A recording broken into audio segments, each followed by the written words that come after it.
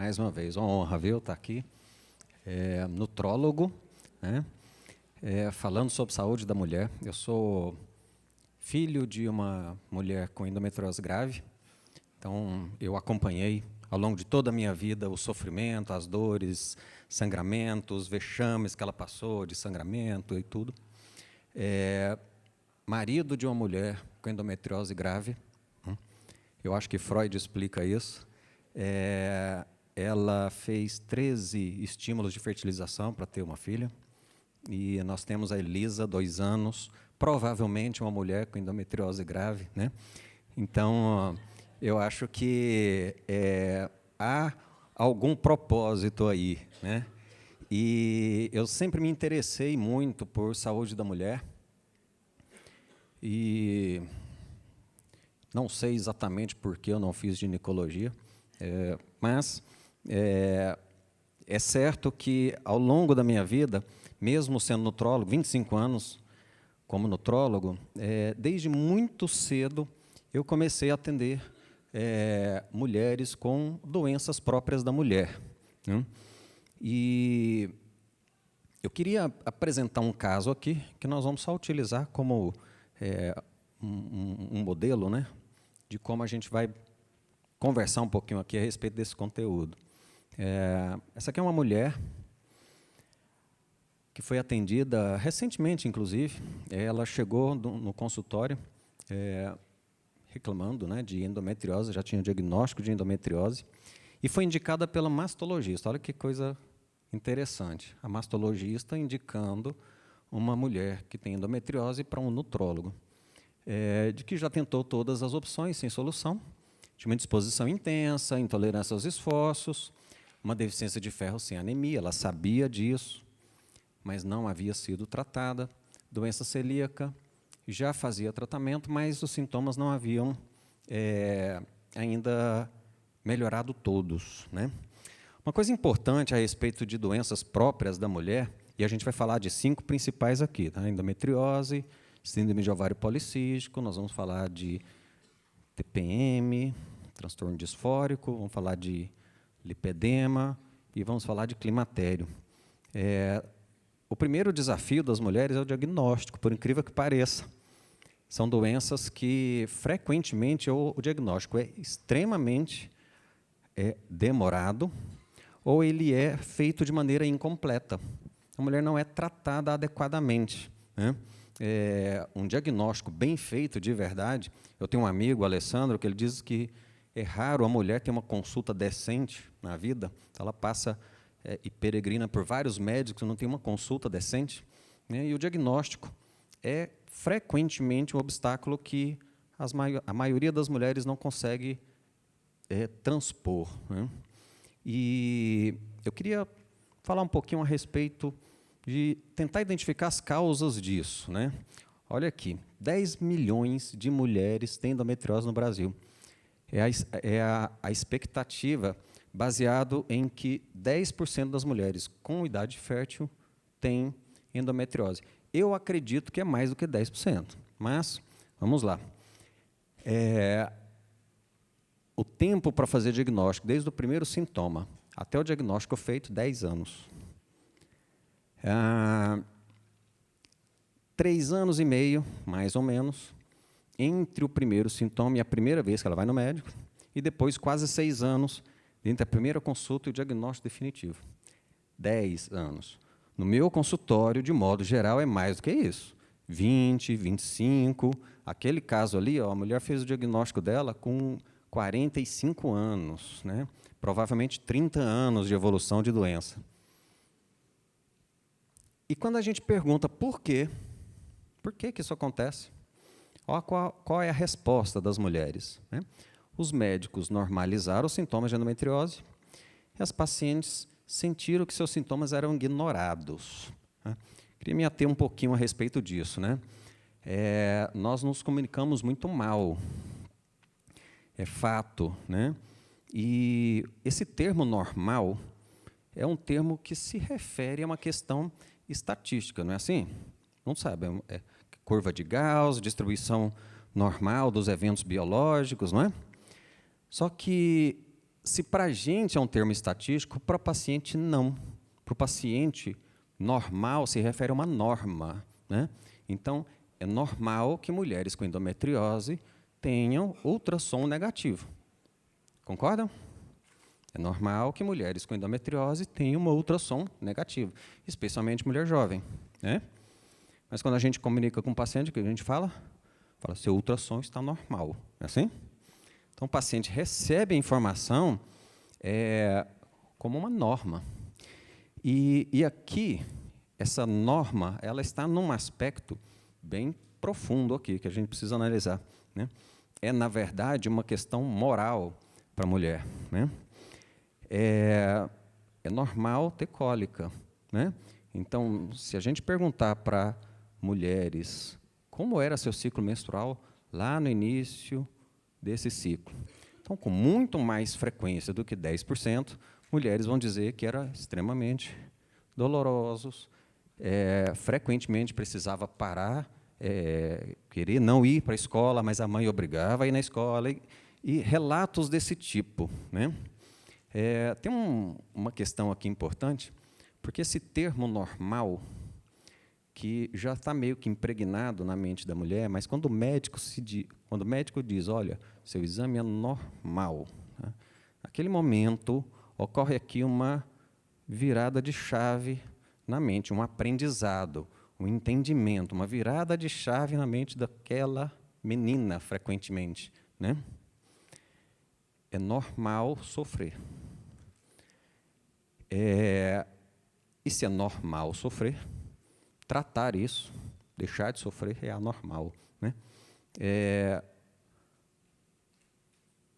Quando a gente fala de TPM, aquela frequência ali é porque depende da intensidade dessa TPM, né? Transtorno disfórico, 2%, 5%, dependendo da pesquisa.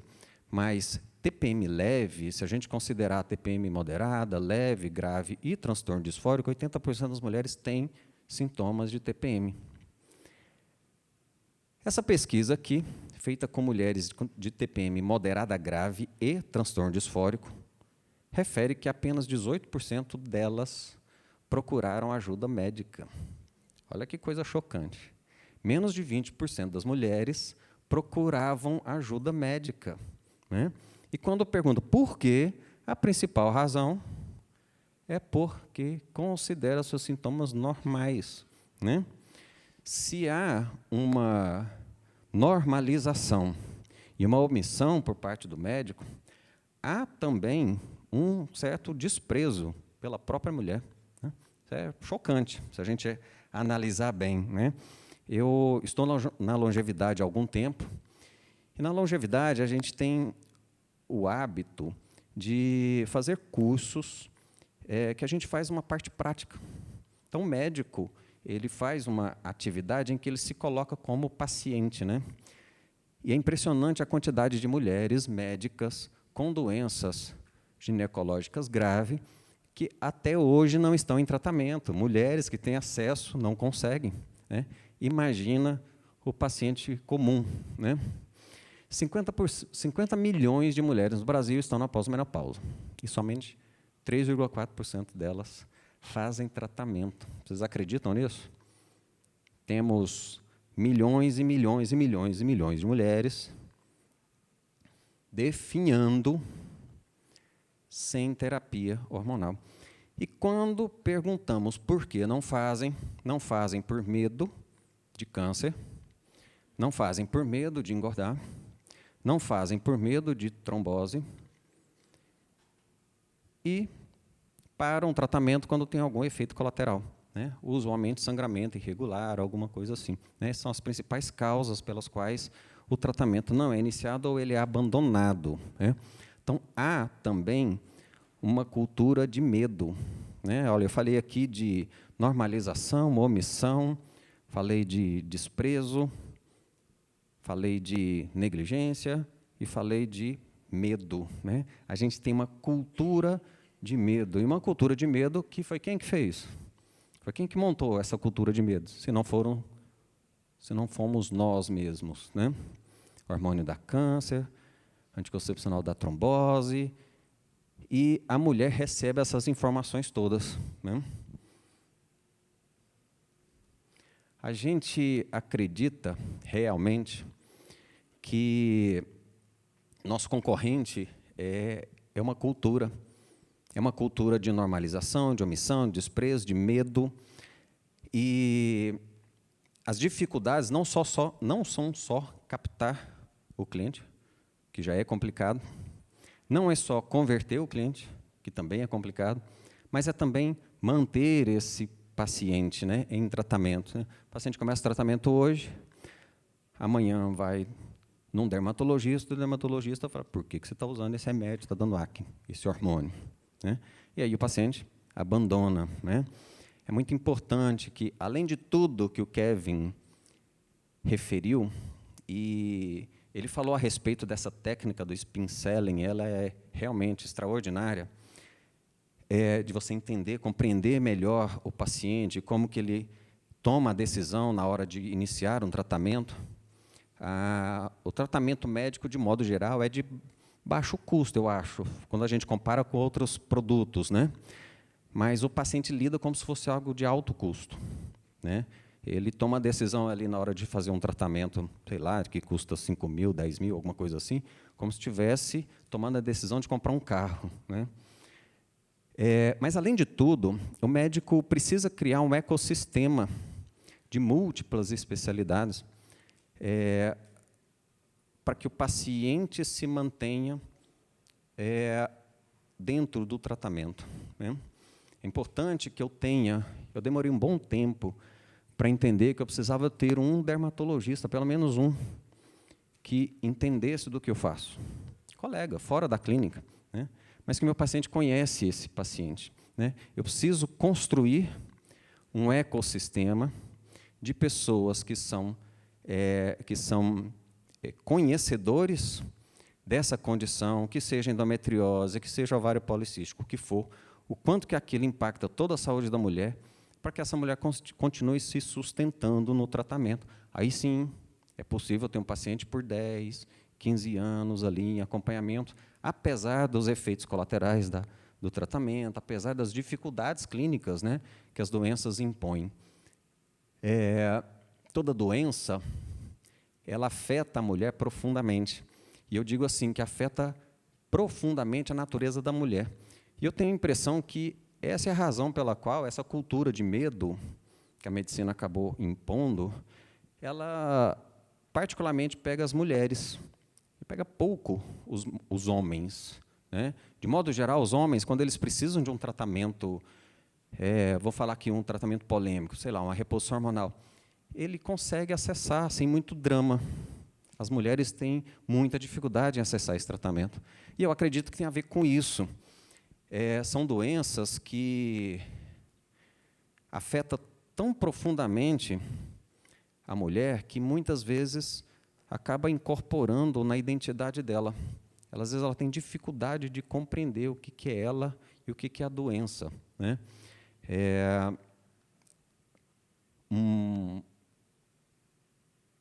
Eu vou colocar aqui 2 exemplos, porque são 2 extremos de protótipos de doenças que, por um lado, gera uma ruptura, né, da sinalização estrogênica e, por outro lado, gera uma ruptura da sinalização androgênica. Tudo bem? Só para a gente compreender melhor o raciocínio, vamos colocar os 2 extremos, tá? Eu não vou falar das 5, vou falar principalmente dessas 2. Olha aqui, a endometriose, ela afeta o útero? Sim, com as lesões endometrióticas, e ali, perto do útero, no peritônio. Ok. Isso interfere na fertilidade? Todo mundo sabe. Infertilidade, gestação de risco, né? A minha mulher precisou passar por uma cirurgia para retirar 5 focos, 15 focos de endometriose, fez um reposicionamento do útero, retirou as 2 trompas, metade de 2 ovários, para ela conseguir fazer a transferência do embriãozinho que a gente conseguiu, depois de 13 estímulos, né, de fertilização. A endometriose vai destruindo, né, a arquitetura, a microarquitetura, a fisiologia do útero. impacta o metabolismo, gera inflamação à distância, ela vai recrutando o sistema imunológico, provocando uma mudança de fenótipo desse sistema imunológico. A mulher com endometriose tem uma senescência, né, uma imunossenescência, que tende para doenças autoimunes. Afeta o sistema imunológico de modo a aumentar o risco de doenças autoimunes, gera uma inflamação metabolicamente induzida, inflamação intestinal por inflamação direta ali na parede do intestino, mas também por alterações através do sistema imunológico em si, né? Então, intolerâncias alimentares, disbiose. Olha, é uma doença do ginecologista, mas é uma doença também do nutrólogo, do endocrinologista, do reumatologista, do gastro.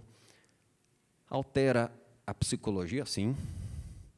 É capaz de afetar a anatomia de alguns núcleos de dor, algumas vias de sinalização sensitiva, aumentando a sensibilidade. Então, gera uma hipersensibilidade sensorial, né? Tato, luz, audição, ela é hipersensível. Cérebro inflamado é mais ansioso, intolerância a estresse, TPM, assim vai. Altera a distribuição de gordura, olha aqui. Então, é também doença para nutrólogo, para nutricionista, sim. Influencia na deposição de gordura localizada. Existe uma associação importante entre endometriose e lipedema. Elas compartilham o mecanismo, né, que é aquilo que o Vinícius mostrou, né, daquela alteração nos receptores ali, alfa e beta.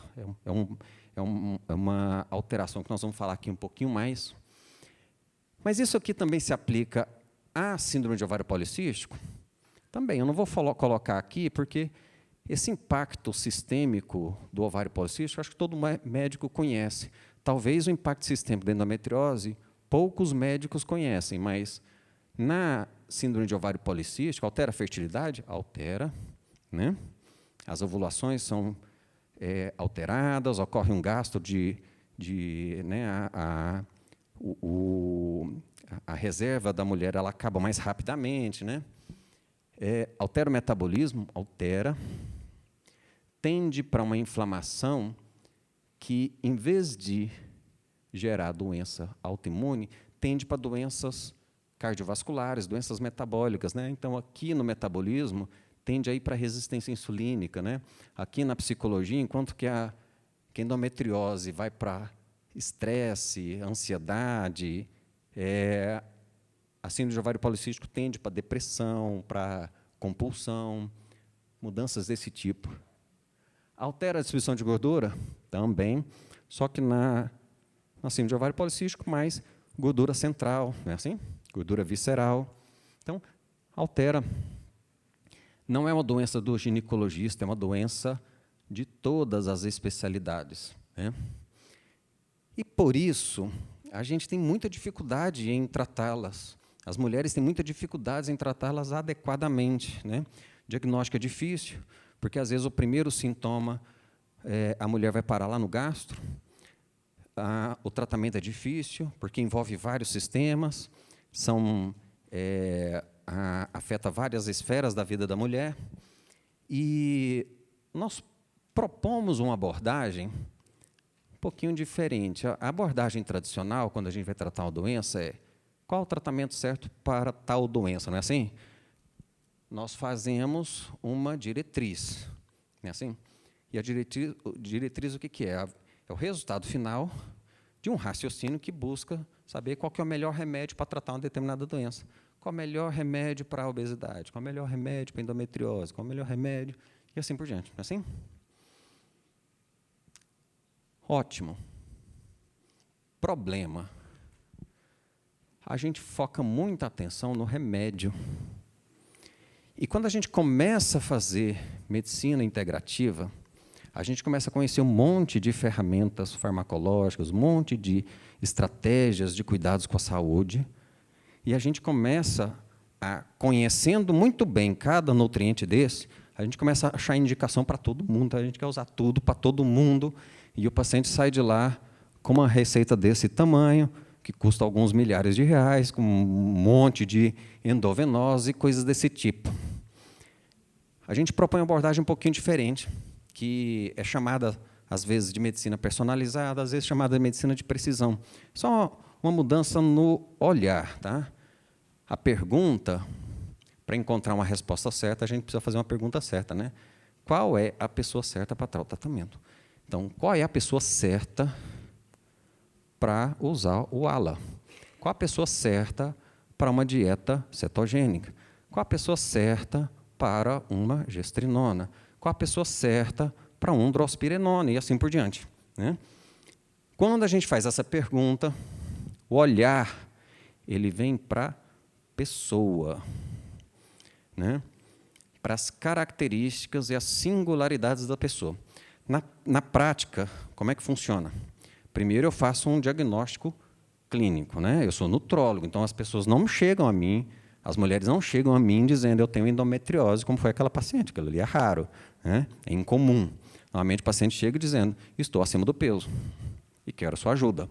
Né? Então, o diagnóstico nosológico é obesidade, ok. Tem obesidade. Porém, todo obeso é obeso porque come mais do que queima. Não é assim? Balanço energético positivo. Mas ninguém come mais do que queima do mesmo jeito. Cada pessoa come mais do que queima de formas diferentes. Né? Algumas pessoas comem mais do que queimam, passando por um caminho que a gente chama de resistência insulínica. É o caso da síndrome de ovário policístico. Normalmente come mais, tem um comportamento mais compulsivo, normalmente é fisicamente forte. E algumas mulheres comem mais do que queimam, passando por um outro caminho, o caminho da inflamação. Normalmente tem um comportamento alimentar mais infantilizado, não é de comer muito, mas belisca, come as coisinhas erradinhas, e tem pouca motivação para treino, começa para a vida toda. As duas comem mais do que queimam, mas cada uma de formas diferentes, tem um fenótipo diferente. Então, primeiro eu faço um diagnóstico nosológico, obesidade, meu caso aqui. Né? Depois a gente faz o diagnóstico fenotípico. Esse fenótipo ele precisa ser, primeira coisa, clinicamente relevante. Eu falei 2 extremos aqui de obesidade, porque eles são clinicamente relevantes. Eu consigo reconhecer clinicamente. Mas, além de ser clinicamente relevante, para eu poder diferenciar um e outro, eles precisam ter uma ancoragem mecanística. Tá? Precisa ter um mecanismo que explica esse fenótipo.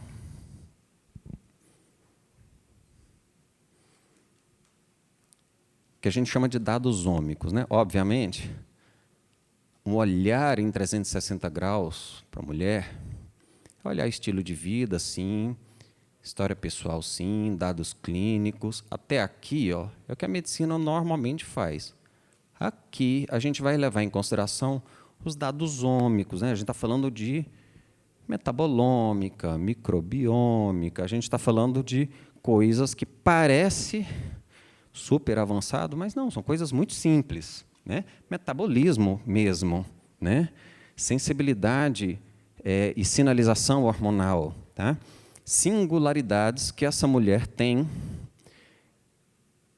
que a paciente passada não tinha, e que a próxima paciente que vai ser atendida também não tem. Quais são as singularidades dessa mulher? Né? Quais são as características que só ela tem e que identifica ela como um ou outro desse fenótipo? Né? Mas eu preciso também ter um olhar em 360 graus da ciência. Né? Então, eu preciso ter um olhar muito atencioso para as características daquela mulher, mas só isso não basta. Eu preciso ter um olhar em 360 graus da ciência também. Né? Aquela hierarquia que nós fazemos, aquela piramidezinha de hierarquia, ela costuma ser bastante perigosa, porque tende a parecer que ensaios clínicos randomizados, por si, são melhores do que ensaios que avaliam questões mecanísticas. Tá? E, às vezes, um paciente que tem obesidade, mas que tem endometriose, eu entender os mecanismos dessa endometriose e a correlação que essa endometriose tem com a obesidade, me permite fazer um tratamento que seja efetivo de verdade, né? Não só isso, me permite que eu consiga entregar várias estratégias em cima daquele mecanismo que se apresenta naquela paciente e não na outra. Na outra eu vou usar outros nutrientes, outras terapias que são baseadas no mecanismo dela, né? Então, preciso ter um olhar em 360 graus também da ciência, né, como um todo. E aí não é nada fácil, né, fazer isso. Nada fácil. Mas o fato é que o desafio deveria ser do médico, né? Mas é as mulheres que passam por isso. Peregrinam de médico em médico até achar algum, né? Mas é importante a gente olhar algumas questões aqui, tá? São 500 mil médicos, não foi esse o número que o Kevin deu? Ele falou 500 mil médicos? É isso mesmo? 500 mil médicos que tratam de 3,8% das mulheres com climatério. Tá? A oportunidade aqui tem muita, né? Só que a gente não está aproveitando a oportunidade, né?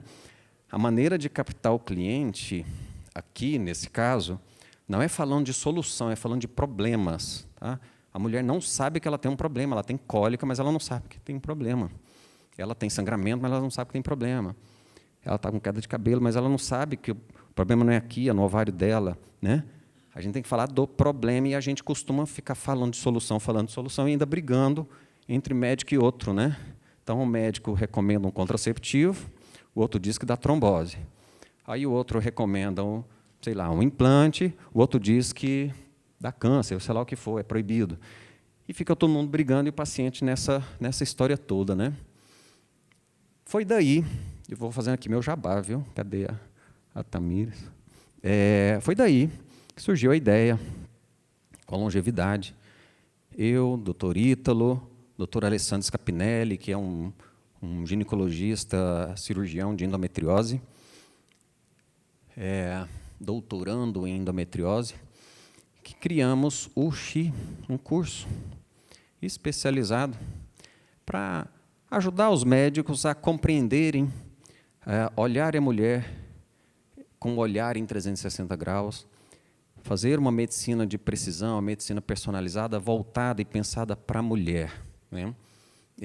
Claro, precisamos de vários especialistas. Eu preciso entender o impacto no coração de um lipedema. Eu preciso entender o impacto no coração de uma síndrome de ovário policístico. Elas podem impactar, mas impactam de maneiras completamente diferentes, o diagnóstico é diferente, a terapia é diferente. E por isso que nós temos um cardiologista, temos o Dr. Kamamoto, que é um cirurgião de lipedema, para você saber qual que é o caso cirúrgico, qual que não é. Nós temos um grande problema com endometriose, lipedema, ovário policístico, que são doenças tão amplas que as mulheres estão encontrando tratamento, mas tratamentos muito difíceis em ser executados, né? Dietas muito rígidas, tratamentos muito carregados, de difícil permanência, né? E a doutora Ana, que é ginecologista, mastologista, fala a respeito das mulheres com fenótipo de perfil de risco, né, para doença, para câncer de mama. Doutor Ovídio, já experiente em lipedema. Doutora Mariana, reumatologista. Mas, só rapidinho aqui, a propagandinha do nosso curso. Como é que funciona isso aí? Mecanismos clinicamente relevantes, né? Vamos lá. Endometriose. Qual é o mecanismo principal? Estradiol, isso aqui acontece dentro da célula endometriótica, tá? Estradiol leva à expressão de COX-2, produção de prostaglandina E2. Até aqui, toda célula de endométrio tem. Acontece que na célula endometriótica, ela expressa aromatase. E aí é um problemão, porque prostaglandina aumenta a expressão de aromatase, que aumenta a produção de estradiol, que aumenta a inflamação, que aumenta a estradiol, e você cria aqui um ciclo vicioso, certo? Um ciclo vicioso de prolifera, prolifera, prolifera, inflama, inflama, inflama, sobreviva, sobreviva, sobreviva, dentro da célula sensível a esse hormônio, né? Então, eu produzo o hormônio que me faz proliferar. E aí eu prolifero 2, e agora eu começo a produzir mais, mais, mais. Então, isso aqui no ciclo vicioso, aquela meta-inflamação que eu falei ali, certo? Na síndrome de ovário policístico, ocorre um ciclo vicioso também. Só que esse ciclo vicioso ele não é intracelular, ele é sistêmico, né? Hiperinsulinismo, tá? Detalhe, resistência insulínica é consequência do hiperinsulinismo, tá? Então, é comum você pegar uma mulher com síndrome de ovário policístico, tem um estilo de vida bom, não tem nenhum sinal de resistência insulínica, né? Mas, se você conversar com ela, clinicamente, você é capaz de identificar alguns sinais clínicos de hiperinsulinismo, tá? Excesso de androgênios e lipogênese, tá? Isso é importante. Na endometriose, são ciclos em 2 pontos. Hiperestrogenismo, inflamação. Aqui é hiperandrogenismo, hiperinsulinismo e lipogênese, certo? E por isso que, no caso da síndrome de ovário policístico, é tão difícil tratar, né? Não sei se se alguém aqui trata de ovário policístico, é bem complicado você conseguir tratar de verdade, né? A mulher ficar bem de verdade. Porque são 3 pontos, tá? Você tratar 2 é mais fácil que 3. Ciclo vicioso você não consegue resolver se você atuar só num. Você atua só num, o outro alimenta cá, tá? Então, uma grande questão do nosso metabolismo é que quase tudo é via de mão dupla, né? O Dr. Ítalo Rachid, lá da longevidade, ele diz assim, que a gente envelhece porque os hormônios caem, certo? É verdade, mas o contrário também é verdade, né? Os hormônios caem porque nós envelhecemos, né? E aí você entra num ciclo vicioso. Esse ciclo vicioso é o que a gente chama de envelhecimento. É esse ciclo vicioso, né? E se você repõe o hormônio, simplesmente, você não consegue reverter ou parar o ciclo vicioso. Você precisa repor o hormônio, mas precisa estimulá-los, né?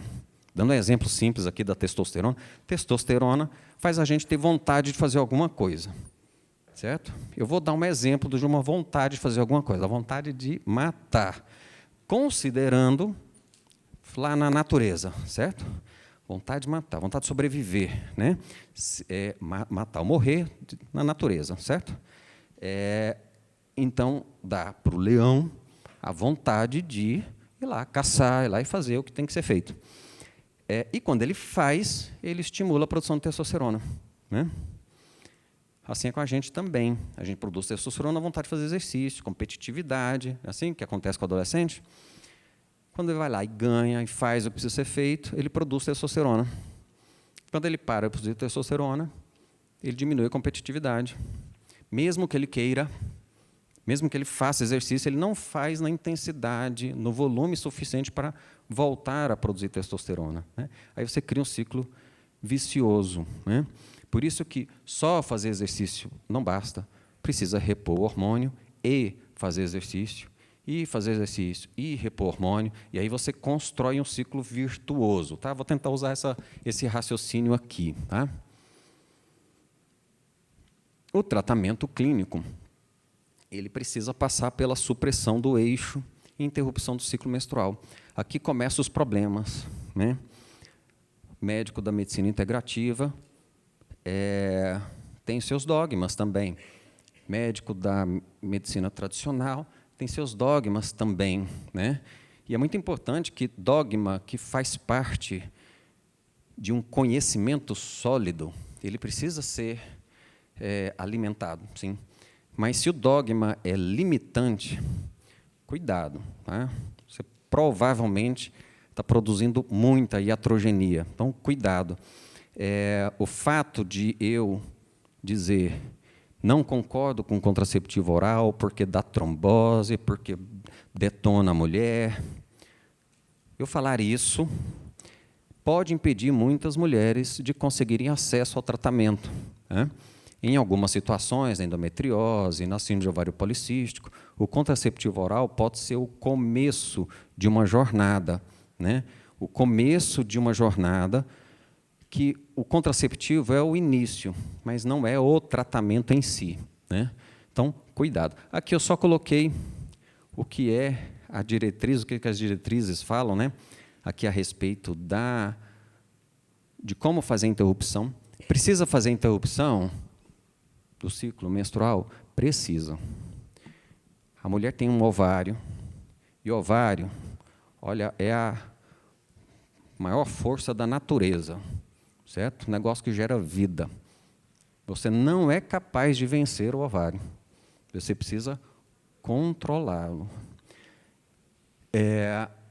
Enquanto a mulher está ciclando, ela está pulverizando o corpo dela de estradiol, inflamação, estradiol, inflamação, estradiol, inflamação, perpetuando e amplificando esses sinais, né?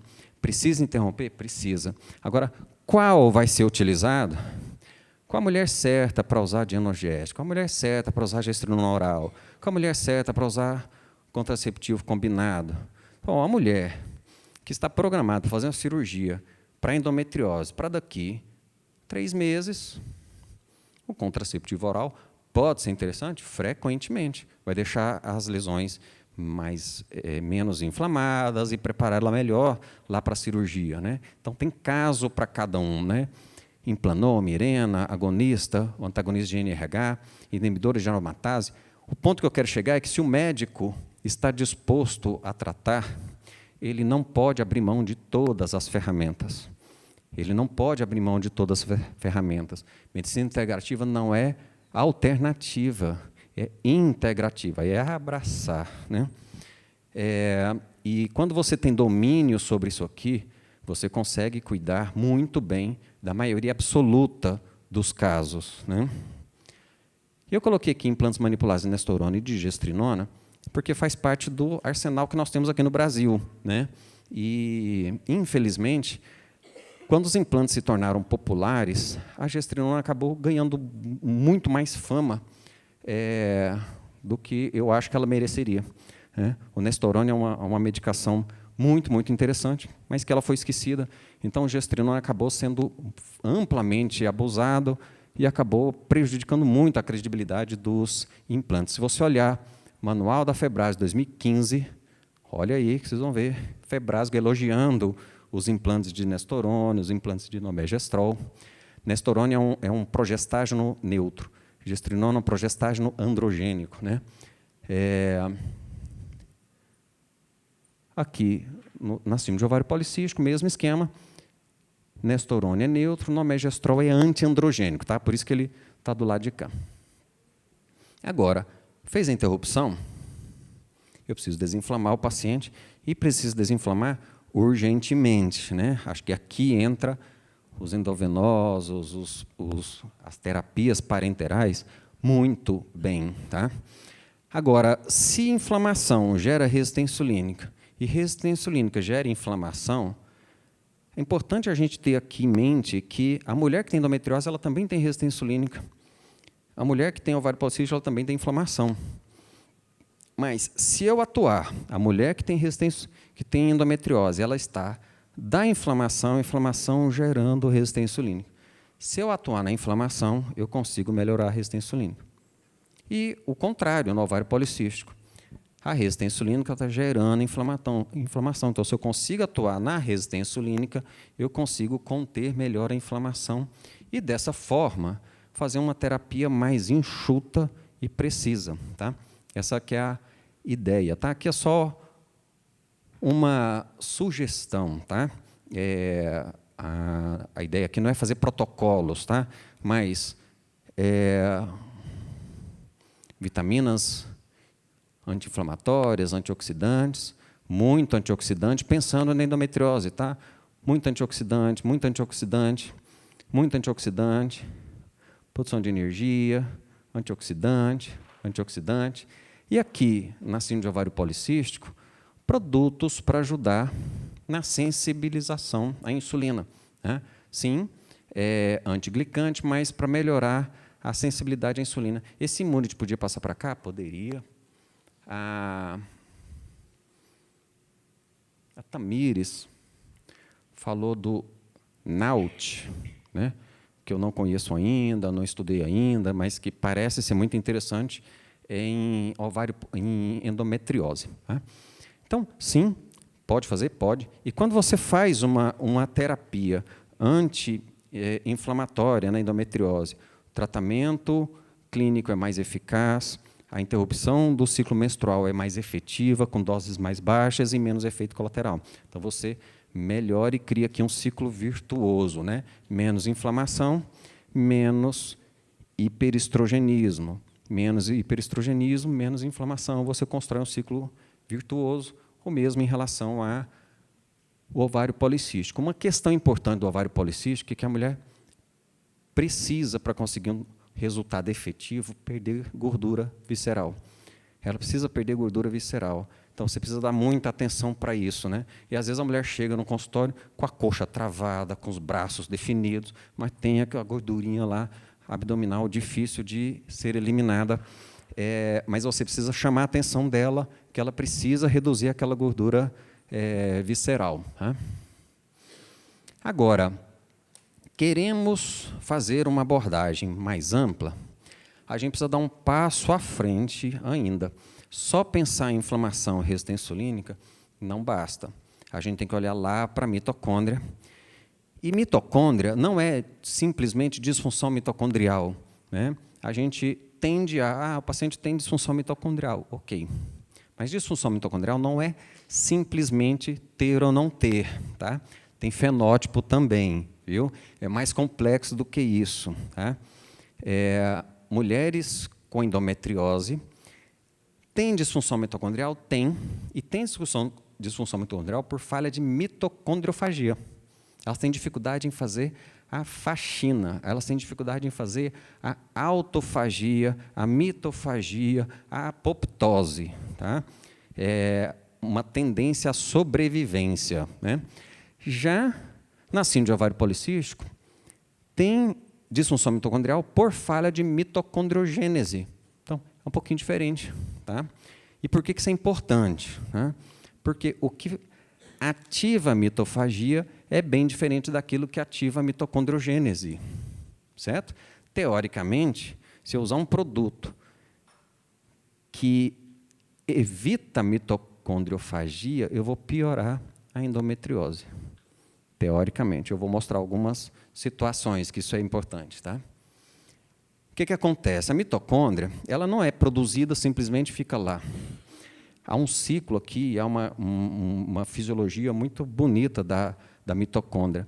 Ela é produzida, destruída, e os nutrientes ali, aminoácidos, ácidos graxos, que dessa destruição são usados para produzir outra mitocôndria, só que agora a mitocôndria novinha.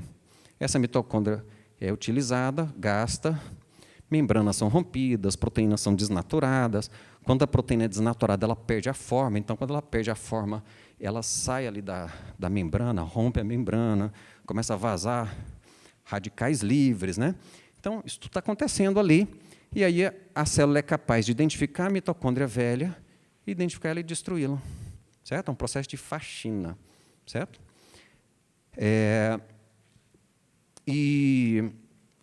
Mas não é só isso, não. Tem outro sistema de fissão e fusão. Fissão e fusão, em que a célula é capaz de pegar uma mitocôndria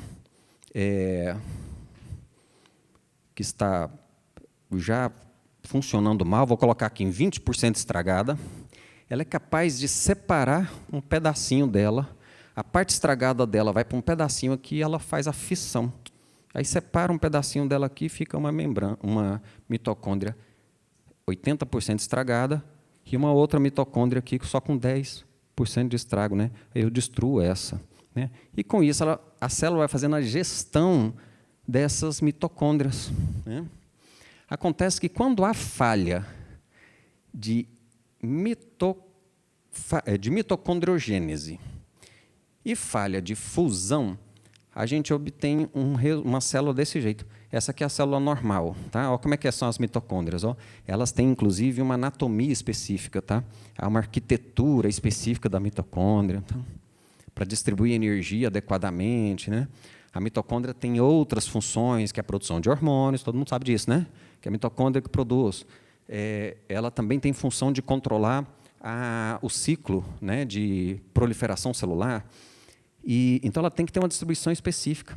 Quando há falha de mitocondriogênese, olha como é que fica a célula. Ela tem pouquinhas mitocôndrias. São pouquinhas mitocôndrias que funcionam bem, mas são pouquinhas. Então, ela tem uma dificuldade, uma crise energética. Essa crise energética dentro da célula a gente chama de resistência insulínica. Então, resistência insulínica é um fenômeno intracelular, que tem repercussão extracelular, mas é um fenômeno intracelular, uma dificuldade de usar energia, usar nutriente como fonte de energia, usar nutriente adequadamente. A gente fala de diminuição da atividade anabólica da insulina, né? É um fenômeno intracelular. E aqui é síndrome de ovário policístico. Aqui é o que acontece na endometriose. Muitas mitocondriazinhas estragadas, muitas mitocondriazinhas velhas. Aqui tem muito estresse oxidativo, muito estresse oxidativo.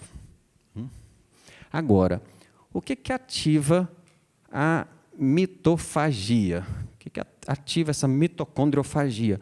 São desafios energéticos. Quando você faz exercício, você induz mitofagia.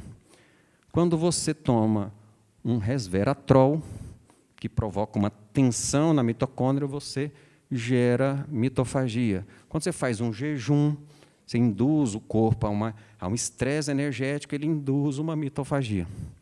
E o que gera mitocondriogênese? Sinalização de reparo, né? Aminoácido, ativa mTOR, e aí vai lá e ativa a mitocondriogênese. Repouso, dormir, ativa a mitocondriogênese, é o contrário. Certo? Aí você começa a ter ferramentas de estilo de vida, ferramentas nutricionais para atuar de uma maneira mais precisa em cada paciente, né? Então, vamos lá. Na alimentação. O que melhora a mitocondriofagia? Sempre a alimentação minimamente processada. Tá? Isso tem a ver com sinalização cerebral. Tá? Nosso cérebro sabe a diferença entre uma maçã orgânica, lá, sem adubo, né, selvagem, vamos dizer assim, e uma maçã cultivada. O cérebro sabe a diferença. E a maçã cultivada, com agrotóxico, ela gera uma modificação no funcionamento de córtex pré-frontal e sistema de recompensa. Tá? É sutil, mas acontece. Isso acontece dia a dia e vai fazendo a modificação.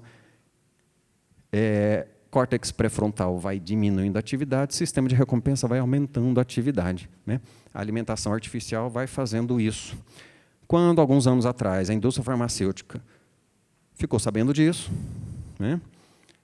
Todo o marketing começou a ser voltado para a alimentação de criança, né? Tang, só dar um exemplo bem simples, Tang, que era um produto energético, só se um Gatorade lá da época, virou bebidinha para criança, né? Aqui, abordagem anti-inflamatória, endometriose. Aqui, abordagem low carb, certo? Uma redução da proporção. Tá? Para que essa diminuição da proporção? A gente aumenta a proporção de proteína aqui, mais sinalização mTOR, mais mitocondriogênese. Tudo bem? Baixa gordura. Aqui é saturada, tá? Baixa gordura saturada. Não é bem animal, porque peixe não seria o caso, mas baixa gordura animal, para menos inflamação, baixo carboidrato refinado. Janela alimentar mais curta, certo? Uma janela alimentar um pouquinho mais curta, ou seja, atrasa um pouquinho o café da manhã, adianta um pouquinho o jantar, você aumenta o período de jejum e ativa de maneira mais efetiva a mitofagia, né? Aí, na mulher com síndrome de ovário policístico, melhor uma alimentação mais fracionada, especialmente à noite, refeições mais leves à noite, né? Aqui, ó, treino em jejum, são mulheres que têm dificuldade em treinar. Ela treina pouco, ela tem fadiga, ela tem intolerância a treino, né? Então, ela vai lá e, mais do que, sei lá, 15, 20 minutos de treino, é difícil para ela. Mas, se ela faz esses 15, 20 minutos de treino em jejum, ela consegue ativar a mitofagia, né? Enquanto aqui, o treino alimentado protege para que não haja mitofagia e, portanto, você melhore a mitocondriogênese. Tudo bem? Precisa fazer tudo? Não. Mas, se você começa a colocar uma pecinha e outra, você vai trazendo o paciente de um estilo de vida extremamente deletério para ela, para um estilo de vida mais saudável, sem grandes modificações, né? Sem grandes modificações. Suplementação oral. Claro, isso aqui também não há um protocolo, tá? Mas, dando um exemplo de glifage, que é uma terapia que, teoricamente, é bom para os dois, meu tempo já acabou. Para cá, o glifage ele melhora a sensibilidade à insulina, melhora, mas ele também faz mitofagia, tá? Mitocondriofagia. Ele ativa um sensor ali que chama PTEN, que ativa a MPK, que ativa a mitofagia. Então, na mulher com endometriose, glifage mais vezes ao dia, para você acentuar esse efeito de mitofagia. E, na ovário policístico, menos vezes, para você evitar esse efeito de ativar a mitofagia. Tá? Preferir colágenos. Aqui, pensando no efeito anti-inflamatório. Tá? Proteína vegana, pensando em ter menos sinalização mTOR. Tá? Quanto mais sinalização mTOR, menos mitofagia. Aqui, creatina, betalanina, HMB, whey, eu quero mitofagia, ou mitocondriogênese, vai bem aqui os amino, vai bem aqui a peptistrong, e assim vai. Tá? Vai bem. Aqui, cúrcuma, também, polifenol, que ativa a mitofagia, picnogenol, polifenol, que ativa a mitofagia. Então, um bocado de estímulos que ativam a mitofagia. Né? E para cá, minoxidil. Minoxidil melhora a capacidade anabólica, melhora a capacidade de recuperação muscular. Magnésio bisglicinato. Hoje já tem esse mixinho aqui, ó, em vários produtos aí vendidos no mercado. Alguém já deve ter visto Blue Calm, já deve ter visto Quala Sleep, tem um bocado de produto voltado para essa função aqui, é inositol com magnésio bisglicinato. Tá? Ajuda a melhorar a qualidade do sono e ajuda a melhorar a recuperação muscular e o reparo. Aí alguém, uma vez, me perguntou, Fernando, mas isso importa? Você realmente acredita que se eu trocar o whey por proteína vegana, sei lá, tirar a creatina do paciente, vai fazer diferença aqui? Aqui é só um artigo mostrando exatamente isso. Ó. A creatina atua diminuindo o estresse oxidativo e a peroxidação lipídica, aumentando a viabilidade celular e prevenindo a ferroptose. Então, exatamente porque diminui o estresse oxidativo, ela pode proteger a célula de fazer a apoptose. Então, ela não faz a apoptose, ela não faz a mitofagia, certo? Ela não faz o processo de faxina. Tá? Suplementação de longo prazo, deve-se ter atenção para isso. Tá? Olha, eu estou fazendo a suplementação endovenosa para diminuir a inflamação e fazer o paciente iniciar o tratamento de longo prazo. Né? Creatina e produtos desse tipo aqui, eu vou começar a usar no momento que a endometriose já está totalmente sob controle, né? Para que eu não induza mais inflamação e a mulher não tenha perda de resultado, né? Ômega 3, sim, aqui só uma ideia aqui, que dá para diferenciar o caso em que você quer mais proteção cardiovascular, e aqui é a diminuição da inflamação como um todo, né? E se o paciente tiver dinheiro, eu posso colocar mais coisa que gera mitocondriogênese? Posso. Coisa que 10, PQQ e assim vai. Aqui mais produto que gera mitofagia? Posso também. Tá?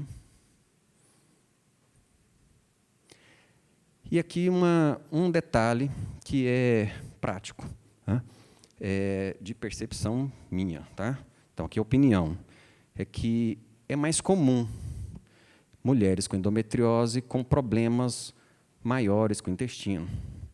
E é comum mulheres com síndrome ovário policístico com mais dificuldade no sono. Tá? Agora, tanto um quanto o outro exige uma pós-graduação. Tá? O Vinícius falou a respeito disso, né? Faça o curso lá do Murilo, vai aprender a respeito disso, e só o curso do Murilo também não é suficiente, tem que fazer curso de intolerância alimentar, de alergia alimentar, tem que conhecer tudo, né? Sim, mas isso não impede de você construir, identificar um tratamento empírico que você possa executar no seu dia a dia, né? Sabendo que esse tratamento empírico tem muita falha, né? E aqui eu estou só uma sugestão de tratamento empírico, quando o paciente tem dificuldade com o intestino, remove o que tende a ser alergênico ou inflamatório, ovo, trigo, laticínios, castanhas, soja, frutos do mar. Se for um paciente com endometriose, eu sugiro também ficar um período curto, sem carne vermelha. Um período curtinho, de uma dieta mais rígida, de uma suplementação mais cara, permite que você ajude o paciente a decidir o que ele quer usar ou não, né? Então, é um período curto, você vai fazer esse tratamento e depois você vai conversar com ele, como é que você se sentiu. Por isso que aqui no último é reavaliar. Né? Você precisa, depois que o paciente fez lá todo o seu tratamento, você precisa sentar com ele, como é que você se sentiu. E aí ele vai analisar junto com você a resposta que ele teve em relação àquele tratamento. Né? Realocar, aqui eu estou falando de fibra insolúvel, tá?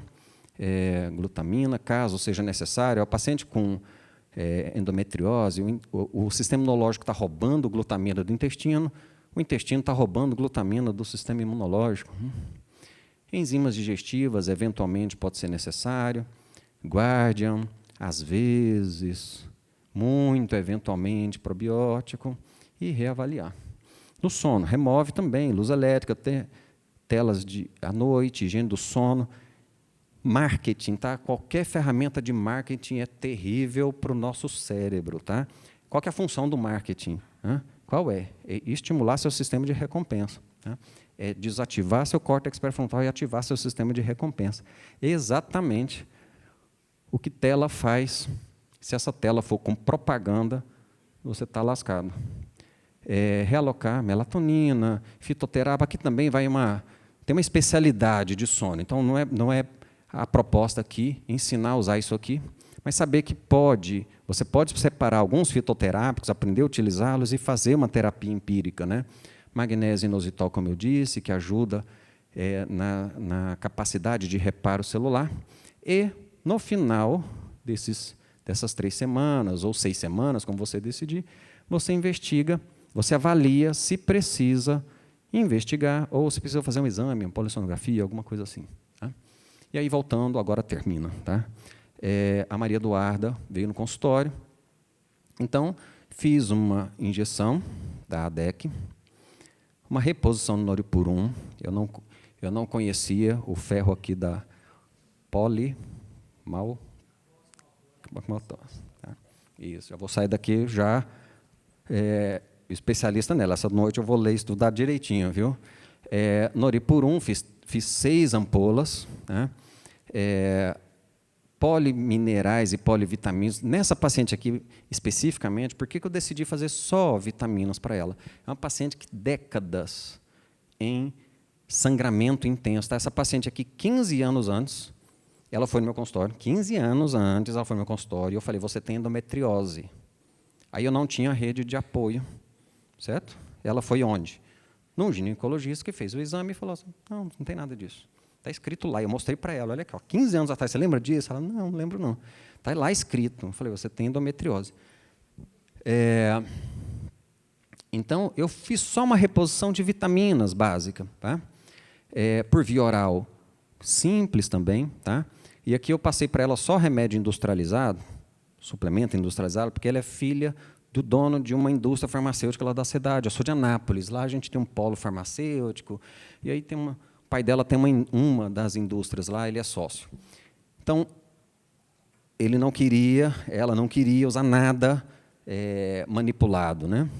Ok. E pedi para ela ficar 20 dias sem esses alimentos.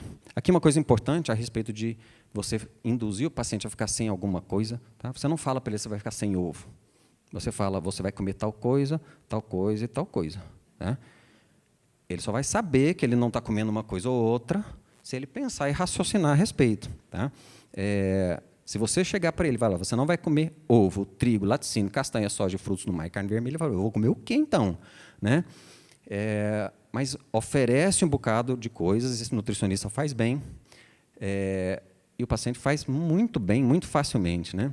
Guardian 2 vezes ao dia, durante 15 dias. Então, aqui é a oportunidade do paciente perceber a resposta de um produto como o Guardian, que é um extraordinário produto, mas não é baratinho, mas o paciente usa e vê como é que ele se sente, depois ele analisa se vale a pena usar ou não. Né? E, no caso dela, a gente já começou uma investigação de reações adversas a alimentos. Tá? Eu sou nutrólogo, então eu sei fazer bem. Essa não vai dar tempo da gente falar a respeito disso. E 20 dias depois, ela fez um implante de gestrinona, 5 implantes, porque ela tem um peso baixo.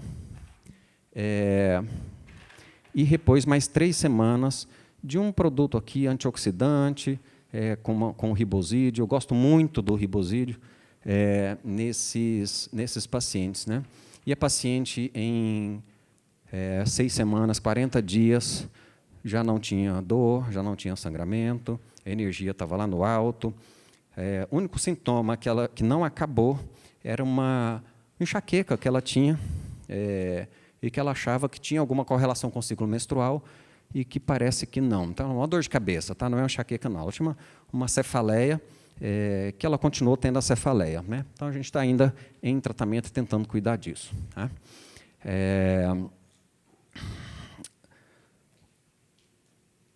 Um tratamento muito, muito simples, uma paciente com poder aquisitivo muito alto e que passou uma vida inteira, eu brinquei com ela, né, com a doença do Jeca-Tatu, né, eu chamo anemia ferropriva, né, a doença do Jeca-Tatu, porque ela não encontrou um médico que pudesse correlacionar somente a inflamação e o hiperestrogenismo. Né?